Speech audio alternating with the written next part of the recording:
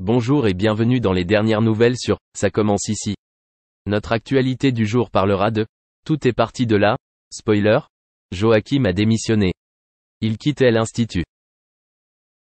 Dans le parc, Clotilde raconte à Rose ce que Marc lui a révélé la veille. Mais pour elle, elle n'envisageait plus aucune relation amoureuse.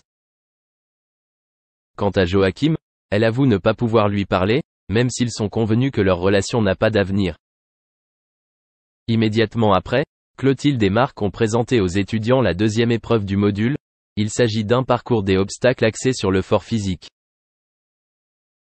Les étudiants surmonteront une série d'obstacles pour obtenir les ingrédients et les outils dont ils ont besoin. Clotilde et Marc révèlent alors la formule qu'ils devront faire, un vote unique. Ils s'attendent à ce que la nourriture soit parfaite. Le but est de repousser vos limites. Tandis que Joachim observait la scène de loin, Gaëtan sifflait pour signaler le départ. Jim a facilement pris les devants. Sur le chemin du retour, il donne des conseils à Jasmine, qui lui envoie ses affaires. Derrière, Pénélope a eu beaucoup de mal à suivre. Gaëtan la poussa, tandis que Joachim regardait. Malgré les efforts nécessaires, Pénélope est quand même arrivée au bout. La même chose est arrivée à Deva, qui a réussi malgré une blessure à la main. Finalement, David a eu du mal à suivre. Lionel l'aide à surmonter les obstacles. À la fin de l'épreuve, Clotilde et Marc ont dégusté les plats des élèves.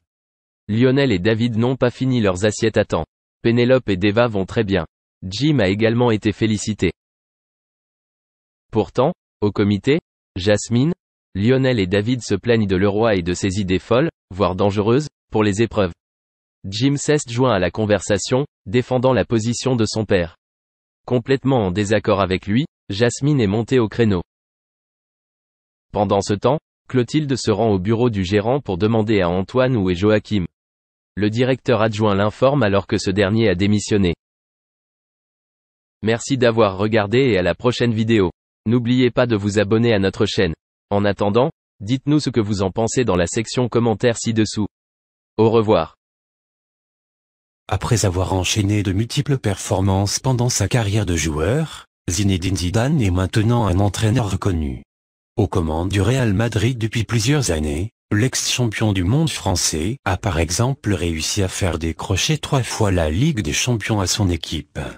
Pourtant, en mai 2021, l'ancien sportif a fait le choix de quitter son poste d'entraîneur au Real Madrid, à la fin de la saison. Une décision dure à supporter pour les fans du Real, mais qui serait stratégique. Il se dit que Zinedine Zidane pourrait succéder à Didier Deschamps comme sélectionneur de l'équipe de France. Rien n'est fait pour le moment et les spéculations vont bon train. En attendant, la star continue de s'enrichir grâce à d'autres sources de revenus. Il est actionnaire du club de foot de Rodez depuis 2012 dans lequel son fils Enzo vient de signer. Comme le dit le magazine L'Équipe, il touche aussi un beau pactole grâce à Instagram. Suivi par près de 30 millions de fans sur le réseau social, il poste parfois des publications sponsorisées. Ce type de publication peut générer jusqu'à 200 000 € chacune. De quoi renflouer les caisses déjà bien garnies du sportif dont la fortune est estimée à 200 millions d'euros d'après Sportune. Zinedine Zidane est né en 1972 à Marseille. Il passe sa jeunesse dans la cité marseillaise La Castellane. Il commence le foot à 9 ans, et s'inscrit au club de foot local, l'AS Foresta. En 1987, il intègre le centre de formation de Cannes pendant l'été 87. Il joue son premier match professionnel en 1989 face au club du FC Nantes, et marque son premier but en 1991 contre ce même club.